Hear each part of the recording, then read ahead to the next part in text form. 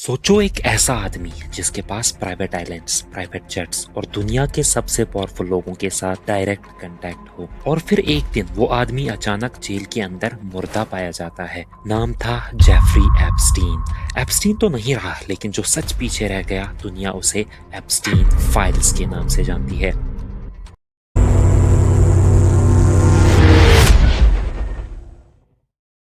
Jeffrey Epstein एक American financier और investor था। ना वो एक्टर था ना कोई पॉलिटिशियन, लेकिन उसके कनेक्शंस दुनिया के सबसे पावरफुल लोगों के साथ थे।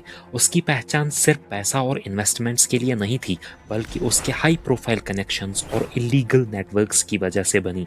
एप्स्टीन का बैकग्राउंड कोई रॉयल या बिलीनियर फैमिली का नहीं था। वो न्यूयॉर्क में एक मिडिल क्लास फैमिली में पैदा हुआ और शुरू में एक स्कूल टीचर का काम करता था, लेकिन कुछ ही सालों में वो फाइनेंस वर्ल्ड में घुस गया और अचानक से एक्सट्रीमली रिच और पावरफुल बन गया। उसके पास प्राइवेट जेट्स, मैनहट्टन और फ्लोरिडा में मैंशंस और कैरिबियन में एक प्राइवेट आइलैंड था, जो बाद में इस केस का डार्क सेंटर बन जाता है। एप्स्टीन पावरफुल लोगों को अपनी दुनिया में इनवाइट करता था, बिजनेस लीडर्स, पॉलिटिशियंस, रॉयल्स और ग्लोबल एलिट्स।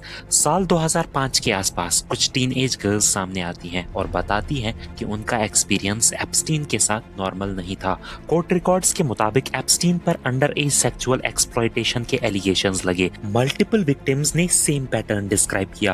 एप्स्टीन का एक ऑर्गेनाइज्ड सिस्टम था। उसके एसोसिएट्स लड़कियों को झांसा देकर और गलत प्रॉमिसेस देकर अपने नेटवर्क में लाते थे, जैसे जॉब, मॉडलिंग या मसाज वर्क का ऑफर। शुरू में सब नॉर्मल लगता था, लेकिन धीरे धीरे बाउंड्रीज क्रॉस होती थी। साइकोलॉजिकल प्रेशर और साइलेंस का यूज होता था। एप्स्टीन अकेला नहीं था, उसके पास बाज़ाब्ता हेल्पर्स और स्टाफ था, और सबसे बड़ा नाम था गिलेन मैक्सवेल, जिसे लेटर कोर्ट ने कन्विक्ट किया। मैक्सवेल का रोल था विक्टिम्स को रिक्रूट करना और सिस्टम चलाना। एप्स्टीन को पहली बार 2006 में अंडर एज गर्ल्स के सेक्सुअल अब्यूज के केस में अरेस्ट किया गया था। 2008 में उसको एक सॉफ्ट प्ली डील मिली, जिसे स्वीट हार्ट डील कहा गया। इस डील के अकॉर्डिंग एप्स्टीन दिन में 12 से 16 घंटे ऑफिस जा सकता था और शाम को उसे जेल वापस आना होता था, और इस तरह सिर्फ 13 महीने जेल में बिताने के बाद उसे रिलीज कर दिया जाता है। लेकिन 2019 में सिचुएशन चेंज हुई। 6 जुलाई 2019 को एप्स्टीन दोबारा अरेस्ट हुआ, इस बार फेडरल लेवल पर और मल्टी स्टेट चार्जेस के साथ। उस पर sex trafficking and abuse of minors के एलिगेशंस लगे। अब्यूज होता था Manhattan, Palm Beach, New Mexico और private island Little Saint James में, और कभी कभी विक्टिम्स को दूसरी गर्ल्स को रिक्रूट करने के लिए भी फोर्स किया जाता था। ये अरेस्ट 2008 के सॉफ्ट प्ली डील के लूप होल्स और नई विक्टिम टेस्टिमनीज के बेसिस पर हुआ। लेकिन कुछ ही हफ्तों के अंदर 10 अगस्त 2019 को एप्स्टीन जेल में मुर्दा पाया जाता है। ऑफिशियल्स के अनुसार ये एक सुसाइड था, लेकिन इसका प्रूफ देने के बजाय अथॉरिटीज ने सिर्फ फेलियर्स का लिस्ट दिया, जैसे सिक्योरिटी कैमरा फेलियर और स्टाफ नेग्लिजेंस। इससे पब्लिक का ट्रस्ट टूट गया और ये सवाल सबके दिमाग में आया, क्या एप्स्टीन के साथ सच भी मर गया? यही से शुरू होती है एप्स्टीन फाइल्स की कहानी। एप्स्टीन फाइल्स में court documents, emails, flight logs, photographs और इन्वेस्टिगेशन रिपोर्ट्स शामिल है। पहले ये फाइल्स विक्टिम्स की safety, high profile names, sensitive content और एक्टिव इन्वेस्टिगेशन के चलते सील्ड थी। लेकिन पब्लिक प्रेशर, जर्नलिस्ट्स के FOIA यानी freedom of information act requests और एप्स्टीन के डेथ के बाद ये फाइल्स धीरे धीरे रिलीज कर दी गई।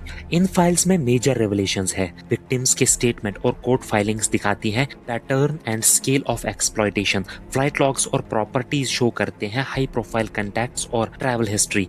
ईमेल्स और कम्युनिकेशंस शो करते हैं कि नेटवर्क कितना ऑर्गेनाइज्ड और सिस्टमैटिक था, और गिलेन मैक्सवेल का सेंट्रल रोल यही से कंफर्म होता है। अब सच समझो वहां एक्चुअली क्या हो रहा था। वल्नरेबल टीनएज गर्ल्स को फंसाकर, झांसा देकर और गलत प्रॉमिसेस दिखाकर इस सिस्टम का हिस्सा बना दिया जाता था। गिलेन मैक्सवेल और स्टाफ हेल्प करते थे रिक्रूटमेंट और लॉजिस्टिक्स में। पार्टीज, मेंशंस और प्राइवेट आइलैंड का यूज करके अब्यूज और कंट्रोल मेंटेन होता था। हाई प्रोफाइल विजिटर्स और कनेक्शंस का इंटिमिडेशन यूज होता था, और विक्टिम्स और स्टाफ को साइकोलॉजिकल प्रेशर और थ्रेट्स के थ्रू साइलेंस मेंटेन कराया जाता था। इन फाइल्स में कुछ हाई प्रोफाइल नेम्स जैसे Donald Trump, bill Clinton, Prince Andrew, Bill Gates और इलॉन मस्क शामिल है।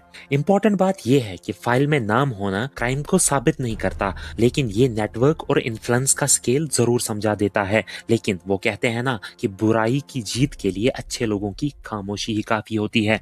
जेफरी एप्स्टीन एक प्रोन क्रिमिनल था, लेकिन उसके साथ जुड़ा पूरा नेटवर्क अभी भी फुल्ली एक्सपोज नहीं हुआ। एप्स्टीन फाइल सिर्फ पास्ट का एविडेंस नहीं है, ये सिस्टम पर ऑनगोइंग क्वेश्चन है। एप्स्टीन तो नहीं रहा, लेकिन उसकी मौत सच को नहीं मिटा पाई। ये फाइल सिर्फ कागज के टुकड़े नहीं है, ये वो आवाजें हैं जो उन विक्टिम्स ने दी थी, वो राज है जो पावरफुल लोगों ने छुपाए थे, और वो सवाल है जो आज भी जिंदा है। एप्स्टीन फाइल्स एक कहानी नहीं है, ये एक जागरण है। ये याद दिलाता है कि सच चाहे कितना भी अंधेरे में क्यों ना छुपा हो, एक दिन बाहर जरूर आता है। जब तक पूरा सच सामने नहीं आता और विक्टिम्स को जस्टिस नहीं मिलता, तब तक ये कहानी खत्म नहीं होती।